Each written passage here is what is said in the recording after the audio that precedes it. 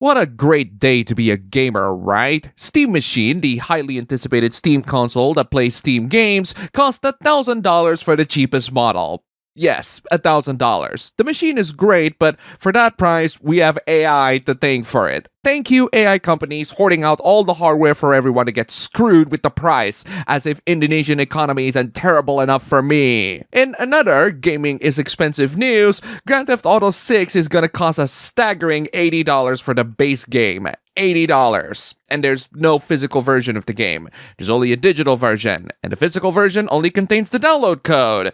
And you wonder why I stick to watching YouTube walkthroughs. I might not be playing the latest games, but at least my money is saved over playing the latest installment of Vanilla Crime Sandbox game. Gamers don't like to play as ugly female characters. The game isn't even out yet, and you're already calling Lucia ugly? What, are these artworks and screenshots not good enough? Also, call her ugly all you like, but what the hell is that AI-generated garbage? You think that plastic doll-looking pumped-up breast pad model qualifies as attractive?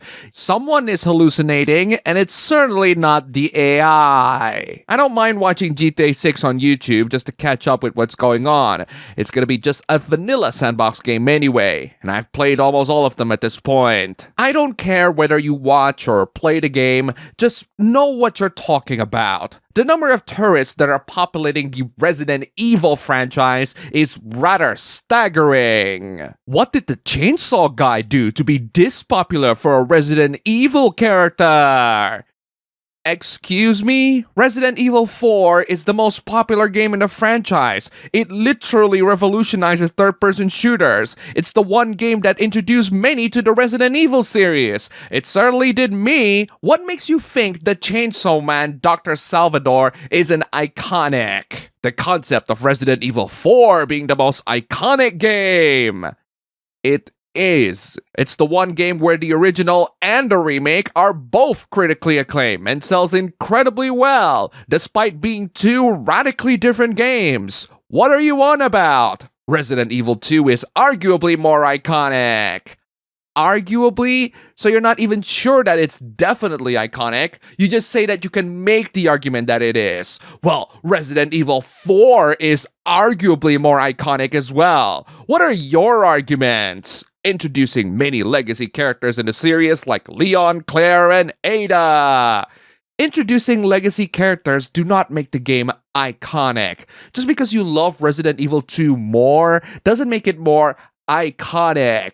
The takes that these Resident Evil tourists make are absolutely garbage. This is why tank controls suck literally. What was I supposed to do in this situation? Genuinely, how could anyone play this? It's Resident Evil 0. As far as classic Resident Evil games go, it's tough, but the game is available on many platforms. Let's see the gameplay here and figure out what went wrong on your end.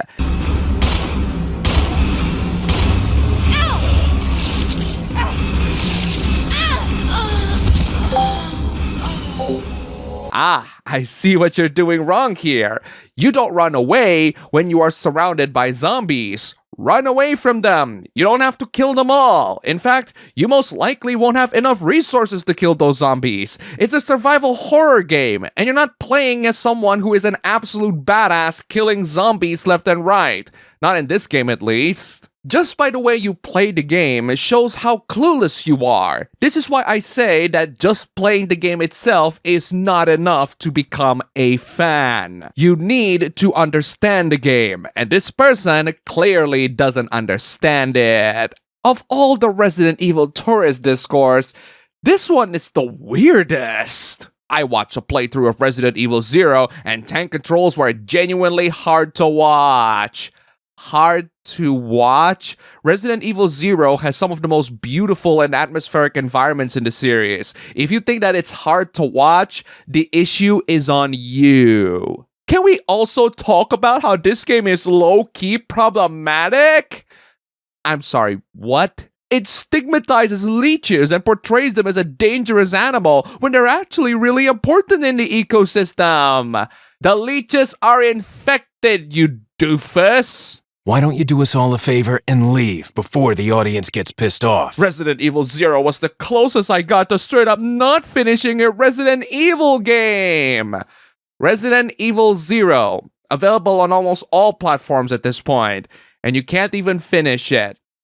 I feel so sorry for you. You might want to stick your ego up your ass. We have tourist on one side, and then we have elitist on the other. I get that many people have different opinions on games, but my problem isn't about opinions. My problem is how you justify them. Just play FES. No, seriously, play FES. Reload sucks.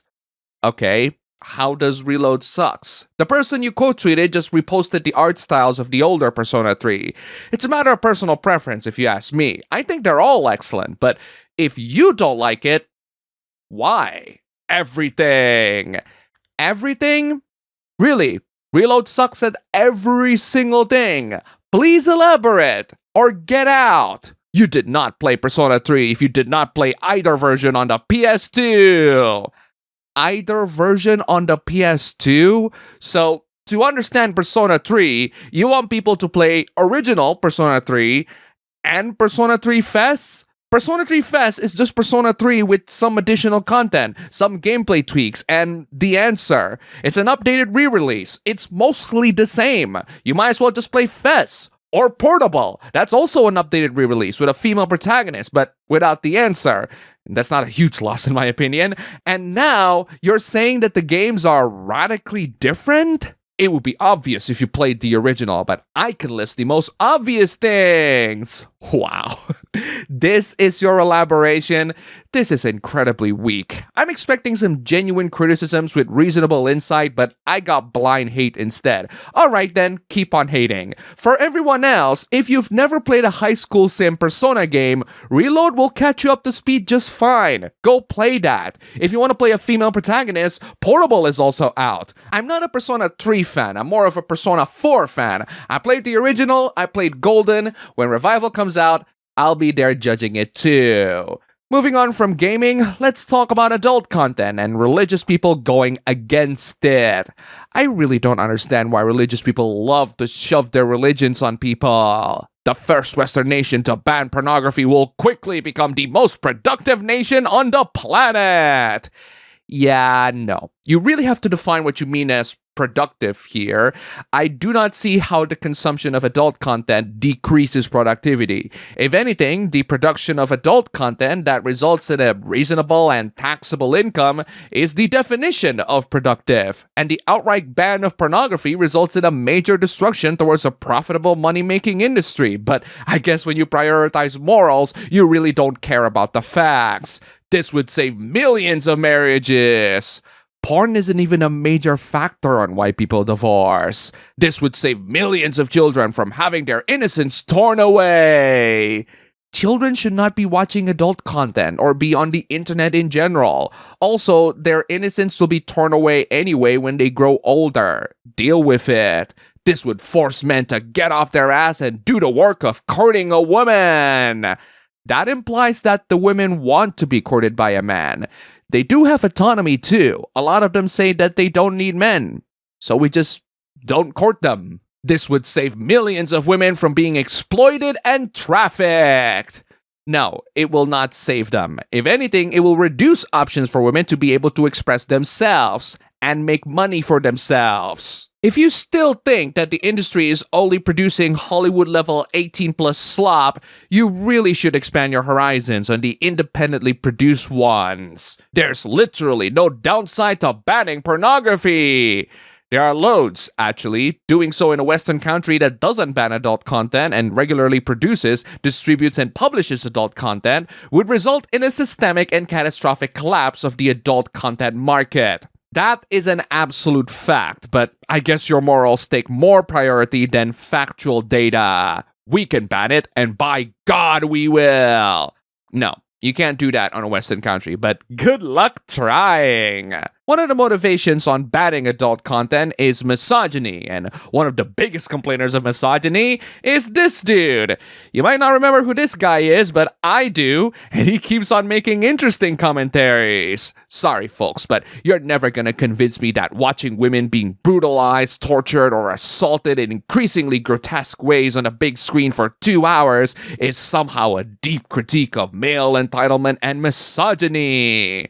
This is the pop culture detective, aka Jonathan McIntosh, a feminist. Quite an old ideological foe we got here. Reminds me back in the mid-2010s. I think McIntosh is talking about the movie Obsession. I've heard a lot of good things about the film, but for the purpose of this video, you don't really need to watch the film. The trailer tells you what you need to know about it. It's about a guy who made a wish that a girl likes him, and the girl turns out to be your typical, crazy, obsessive, yandere girlfriend. I think what John is trying to say is that you can make a commentary about male entitlement and misogyny without abusing, brutalizing, and torturing women.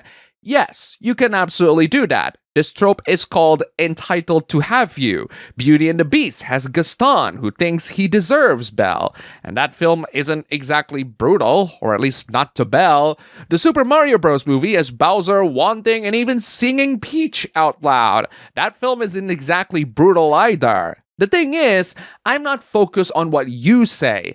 I'm focused on why you say it. Because you saying all this is also you saying, I don't like seeing women being brutally tortured or assaulted in a horror film. It's just fiction, John. If you're not comfortable with it, that's your own personal discomfort. Your discomfort is not a valuable critique of the film. You're just saying to the world, ew, I don't like it. What do you know? Even a decade later, John still makes pseudo-intellectual feminist takes that are nothing but an overglorified, ew, I don't like it. This next topic is completely unrelated, but I did bring up Indonesian economy a while back, so I am bringing it up here again. I don't usually talk about topics like this, but this is involving the people of my country daring to be in another country. And boy, what a classic warfare this is! Japan versus Indonesia, like we're in World War II all over again. A certain bus stop, out with the family on a weekday afternoon. Don't you have a job? And with 2 kids no less, family outing? Why are you so bothered by a Muslim family going out? The person complaining is Japanese. I assume this family is Indonesians. They do dress like them. And you took pictures of them without their consent. That's literally breaking the law there. And yes, we Indonesians are getting easier access to Japan, because Japan is short in labor, and we got a lot of them. We're a pretty big country after all, with lots of people that need work, because we apparently don't have job openings anymore. If you want to blame someone, blame the Indonesian government for not providing us a viable job market. Also, we like to visit Japan, and now Japan made it easier for us to go there, because we, like me back in 2019, actually contribute to your tourism, instead of the other way around. My country's screwed, in case you missed it. I'm so sorry for being Indonesian. It's not my fault. It's one thing for the Japanese to accuse Indonesians for daring to go around in weekdays. It's another thing to accuse them of welfare tourism. Did you have them after getting that childbirth lump sum grant in Japan? What the hell are you on about? Apparently, we come to Japan to steal the taxpayer money by having 2 children? How does that even work? This is apparently an accusation of welfare tourism and exploiting the Japanese tax system to our benefits. Dude, I genuinely wish that we Indonesians are that clever. And this is the countryside too! The sense of despair!